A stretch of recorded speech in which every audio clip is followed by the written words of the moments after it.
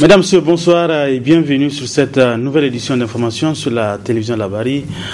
Bonne fête de l'Aïd el-Fitr à tous et à toutes. Au nom du directeur général du groupe de presse radio et télévision Labari, nous représentons nos vœux de bonne fête et que Dieu accepte nos prières. Amen. Et une pensée donc à ces acteurs de la société civile actuellement donc incarcérés dans les différentes prisons civiles de la région de Tillabéri, à qui nous souhaitons donc bonne fête ainsi qu'à leur famille. La Oumma islamique de notre pays célèbre ce jeudi 14 juin la fête de l'Aïd el-Fitr ou fête de Ramadan, marquant la fin du mois de ce jeûne. À cette occasion, le président de la République, Issoufou Mahamadou, a pris part à la grande mosquée de prière, à la prière communément appelée Idi. C'était en présence de nombreuses personnalités et des fidèles musulmans. Le point avec Ismaël Moumini. Après un mois de juin, les fidèles musulmans se sont convergés à la grande mosquée de Niamey afin de se prosterner devant Dieu pour qu'il accepte leurs bienfaits, mais également les pardonner leurs péchés.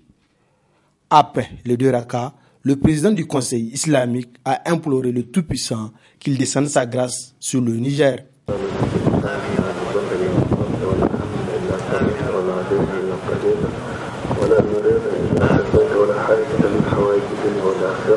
هي لك ردا ولنا فيها الصلاة إلا أنتم على فلاحها برحمتك يا أرحم الراحمين سبحان ربك رب العزة عما يصفون وسلام على المرسلين والحمد لله رب العالمين.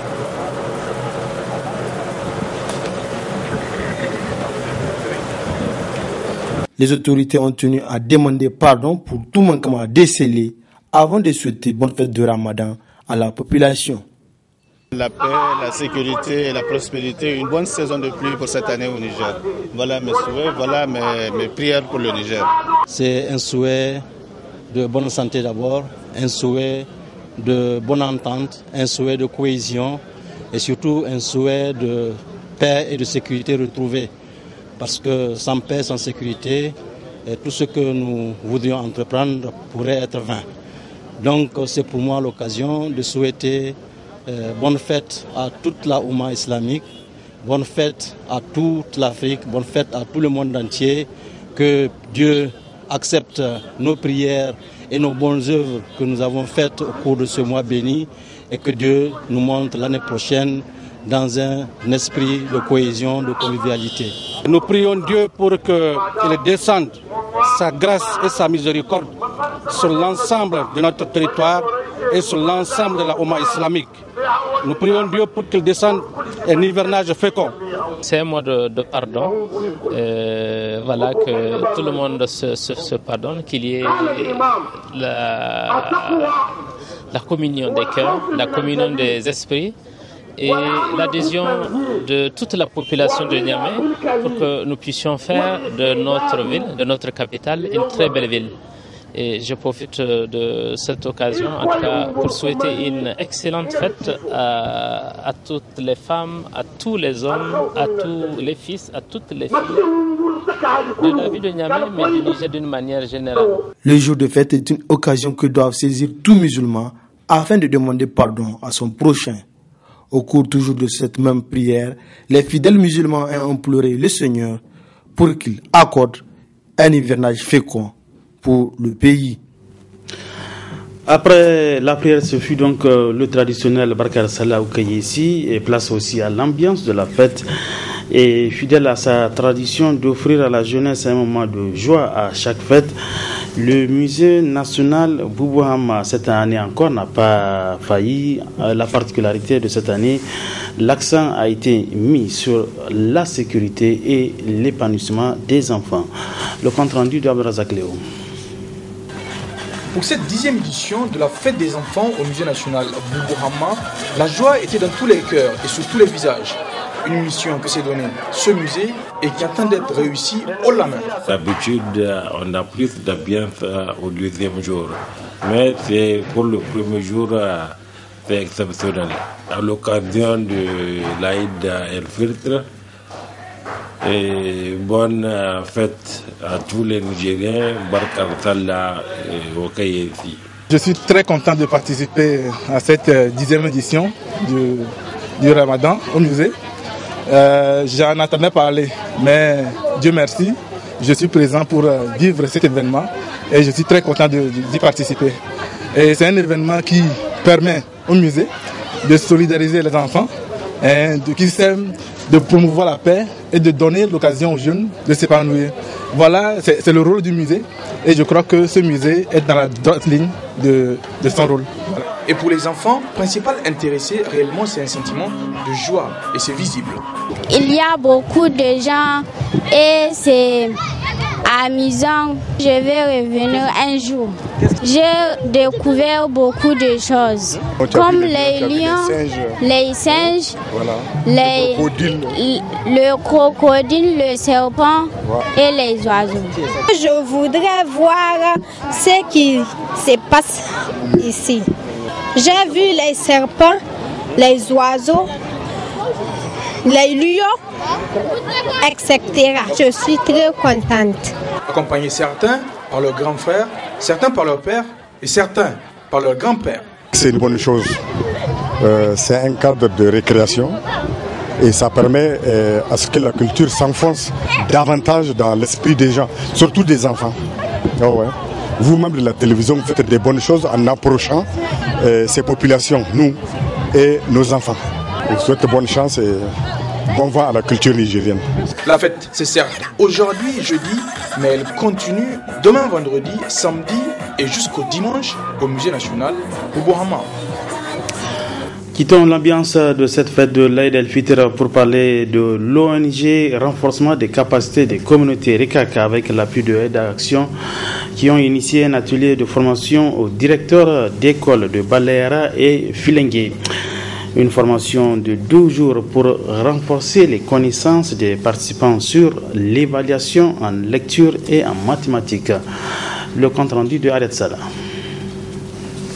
L'ONG Renforcement des capacités dans les communautés RECAC poursuit son œuvre de renforcement des capacités des enseignants de la région de Tillabéri, notamment Filengue et Baleara à travers le programme Padoué, un programme qui s'inscrit dans l'accompagnement des écoles pour développer des initiatives qui vont concourir à l'amélioration des conditions d'apprentissage et la qualité de l'éducation. C'est une formation, comme l'a dit l'inspecteur, qui va être déroulé sur les 2 jours aujourd'hui et demain et qui va concerner aussi bien les écoles partenaires du département de Baleara que celui de Filengue. Ça va nous faire au moins 31 enseignants qui seront concernés durant ces 3 jours-là et qui va se dérouler essentiellement sur l'évaluation des apprentissages en lecture et en mathématiques. Pour nous, l'idée, c'est d'outiller les directeurs d'école afin qu'ils puissent véritablement assumer leur rôle, afin que nous puissions apporter notre contribution à l'amélioration de la qualité de l'éducation. Un des participants à cette session de formation s'est dit très satisfait. Il y a même un mois de cela qui nous ont formés sur l'APC, l'approche par compétence. Donc cette fois-ci, ils vont donc nous former sur la mathématique et la lecture sur l'évaluation. Nous voulons ces gens d'ONG qui viennent nous accompagner dans les tâches donc de l'école, comment dirais-je, pour pouvoir donc avoir donc la qualité de l'enseignement. Cette formation des directeurs d'école est financée par Aide et Action en partenariat avec l'AFD. De la littérature dans cette édition d'information et c'est pour vous présenter l'œuvre du romancier nigérien Nyandou Ibrahim intitulée La colère des agneaux. Dans ce roman, l'auteur rend hommage à la jeunesse africaine, n'est-ce pas Nafis Yahya? La colère des agneaux, c'est l'intitulé de cet ouvrage, le deuxième du romancier nigérien Nyandou Ibrahim. Un roman à travers lequel il rend hommage à la jeunesse africaine et dans lequel il raconte cette histoire. La colère des agneaux est une quasi-suite de mon premier roman, Le Surdoué, qui a été édité en 2010. Les deux parlent d'éducation des jeunes. Les deux sont des hommages à l'engagement des jeunes. L'engagement des jeunes en termes de combativité en termes de défense de leurs droits, mais aussi des droits de tous les membres de la communauté. C'est un appel à la résistance parce que le monde change, il y a de nouveaux défis. Par exemple, toutes ces questions d'actualité autour de l'immigration, les questions d'emploi, les questions de démocratie, de gouvernance. On a parfois l'impression que les solutions vont venir d'ailleurs. Moi, ce que je crois et ce que je défends à travers ce roman est que la solution est interne. La solution est en chacun de nous. Il raconte la trajectoire d'une jeune fille partie d'un village quelque part en Afrique, déshérité, défavorisé, où il n'y a ni école, ni centre de santé, ni aucun autre type d'infrastructure moderne, mais qui va finir par être connu du monde entier. Selon Nyandou Ibrahim, écrire a toujours fait partie de sa vie. C'est ainsi qu'il nous livre le message véhiculé à travers la colère des agneaux. Cette trajectoire, pour moi, c'est un prétexte, un exemple à donner aux jeunes que chacun peut réussir pourvu qu'il se batte, pourvu qu'il croit, pourvu qu'il saisisse les opportunités qu'il y a dans l'environnement. J'aime écrire. Qu'est-ce qui m'a poussé à écrire? Parce que j'ai toujours écrit depuis le collège. Je crois que j'ai eu mon premier prix de concours littéraire pendant que j'étais en 3e. Donc je n'ai fait que continuer quelque chose que j'aime. Écrire est quelque chose en laquelle je voudrais encourager les jeunes. Il faut exprimer ses opinions. Il faut s'engager. Il faut lutter. Il faut lutter y compris en prenant position. Édité en avril 2018 aux éditions Alpha, ce roman est composé de 128 pages reparties en 20 chapitres. Il est dédié aux militants de la société civile et à tous ceux qui sont morts pour que la démocratie s'installe et se conforte dans notre pays. Coup d'envoi cet après-midi en Russie de la 21e édition de la Coupe du Monde de football. En match d'ouverture, le pays organisateur, c'est-à-dire la Russie, a largement dominé l'Arabie Saoudite sur le score de 5-0. Les équipes africaines, elles seront 5 et déjà demain, l'Égypte donc va entrer en lice. Sur les chances de ces représentants africains, écoutons l'analyse de l'ancien DTN de la Fédération nigérienne de football. Il s'appelle Lawali Garba. Par rapport aux 5 équipes africaines qualifiées à la Coupe du Monde et qui vont représenter tout un continent, l'Afrique, ces équipes n'auront pas certainement les mêmes chances. Ça, c'est une évidence quasi certaine. Et maintenant, quand on fait une analyse objective par rapport à leur qualification d'abord, en dehors du Nigeria qui est à sa 3e qualification de suite, l'Égypte et le Maroc ont obtenu une qualification historique. L'Égypte s'est qualifiée après 28 ans d'attente. Donc 28 ans de disette, ils étaient là, ils ne se sont jamais qualifiés depuis 1990. Le Maroc, quant à lui, s'est qualifié après 20 ans d'attente. Le Sénégal a attendu 16 ans. La Tunisie, quant à elle, a attendu 12 ans. C'est dire que la plus constante de ces équipes au niveau de participation en Coupe du Monde, c'est le Nigeria. Mais certes, n'ont pas le même passé historique ou le même palmarès lors des différentes représentations de ces 4 autres pays en Coupe du Monde. On a souvenance toujours de ce match historique qu'a livré le Sénégal face à la France. Dès l'ouverture, le Sénégal a battu la France 1-0. Maintenant, par rapport au tirage au sort, quand on regarde le tirage au sort, le Sénégal se tire mieux de la situation du tirage au sort parce que le Sénégal est dans un groupe qui est très homogène. Tout est possible au niveau du groupe du Sénégal. Donc l'Égypte et le Nigeria, eux, ils doivent discuter, ils doivent batailler dur pour pouvoir se qualifier pour le second tour, car étant placés dans des groupes assez relevés.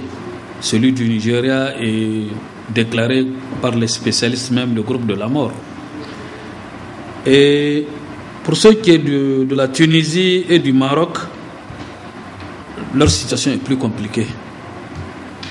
Donc, à chercher les équipes qui iront le plus loin, la première chance, c'est le Sénégal qui est placé dans un groupe qui est très homogène,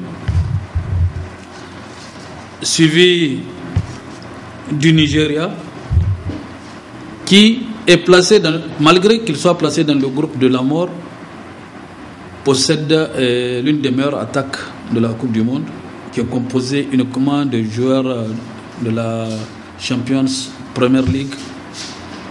Et ce sont des joueurs qui sont très techniques et très athlétiques. Et c'est essentiellement composé de jeunes. L'Égypte peut faire grand-chose malgré qu'il est dans un groupe assez relevé aussi. Une situation qui est un peu compliquée avec la présence du pays hôte. Et elle a un adversaire, l'Uruguay, qu'on connaissait très fort dans le passé, mais qui n'est pas le même Uruguay que nous le connaissons. Dernier élément de ce journal avec cette conférence interactive qui a eu lieu hier au Centre culturel Jean Rouge de Niamey avec pour thème Religion sans frontières ou les frontières des religions. Le résumé de cette conférence avec Abdelrazak Léo. Religion sans frontières ou les frontières des religions. C'est le thème sur lequel s'est tenue cette conférence des questions de société dans le petit auditorium du CCFN Jean Rouge. La conférence que nous venons d'animer fait partie du groupe de thématiques sur la frontière et les frontières que le groupe qui s'occupe de questions de société a initié. Il y avait longtemps, il réfléchit sur les frontières qui se construisent entre les individus, entre les peuples et entre les cultures. Cette fois-ci, il était question de parler de religion sans frontières et de frontières de religion. Une façon de montrer la rigidité qui existe entre les grandes religions et même celles qui naissent à l'intérieur des les petites religions qui naissent à l'intérieur des grandes religions, ce qu'on appelle les religiosités ou bien les sectes. C'était une conférence vraiment éminemment constructive, en ce sens que c'est notre professeur et aussi un de nos amis chercheurs qui ont pu en tout cas nous donner la substance de leurs recherches par rapport aux frontières religieuses. C'est un thème qui est très intéressant, que j'aimerais qu'on aborde ça une prochaine fois. Parce que en tant que femme et mère, ça me brûle. Et je me vois que vraiment, si on peut arriver à trouver une solution de vivre ensemble, ce serait le mieux. Des questions qui en soulèvent très certainement d'autres. La construction des ponts serait mieux que celle des murs, parce que les murs vont isoler les individus et tant que les individus, les hommes ne se rencontrent pas pour discuter, parler, se connaître, parce que tout cela c'est la peur de l'autre. C'est l'idée, c'est les préjugés que l'on s'est fait de l'autre qui sont les murs qu'il faudrait chercher à déconstruire, à abattre pour faire des passerelles et des ponts qui vont permettre d'aller les uns vers les autres. Parce que quoi qu'on fasse, on a intérêt à trouver des ponts pour s'entendre. Ces questions de société se tiennent chaque mois, précisément le 2e mercredi du mois. Cette dernière est la 9e édition. Ainsi prend fin cette édition d'information. Mesdames et messieurs, merci à vous de l'avoir suivi. Encore une fois, bonne fête de Ramadan. Bonsoir.